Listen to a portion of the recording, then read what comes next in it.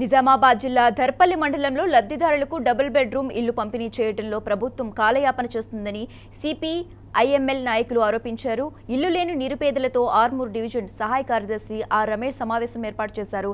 గత ప్రభుత్వం double bedroom ఇల్లు నిర్మించి పంపిణీ చేయలేదని విమర్శించారు. ఇప్పటికైనా అర్హులైన పేద ప్రజలకు డబుల్ బెడ్రూమ్ ఇళ్లను పంపిణీ చేయాలని డిమాండ్ చేశారు. లబ్ధిదారులే డబుల్ బెడ్రూమ్ ఇళ్లను కబ్జా చేస్తున్నారంటూ స్పష్టం చేశారు.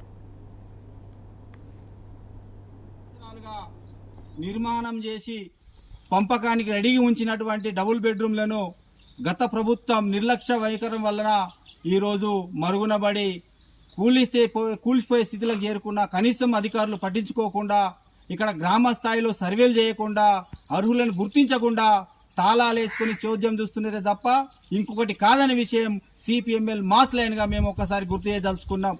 గత వారం రోజుల క్రితం కూడా చెప్పాం, ఈ డబుల్ బెడ్రూమ్లు పరిశీలించండి, అర్హులను గుర్తించండి, సర్వేలు చేయండి అని చెప్పేసి కూడా చెప్పిన అధికారులు నిమ్మకు నీరెట్టుగా వ్యవహారం చేస్తున్నారే తప్ప ఇంకొకటి కాదు.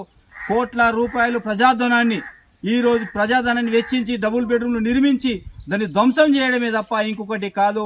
తక్షణమే ఈ గ్రామంలో సర్వే చేపట్టి వాళ్ళందరికీ సర్వేలో తేలిన వాళ్ళందరికీ లక్కీ డ్రా రూపంగా అందరికీ పంపకం చేసి న్యాయం చేయాలని చెప్పేసి కూడా ఈ సందర్భంగా మేము గుర్తు చేస్తా ఉన్నాం.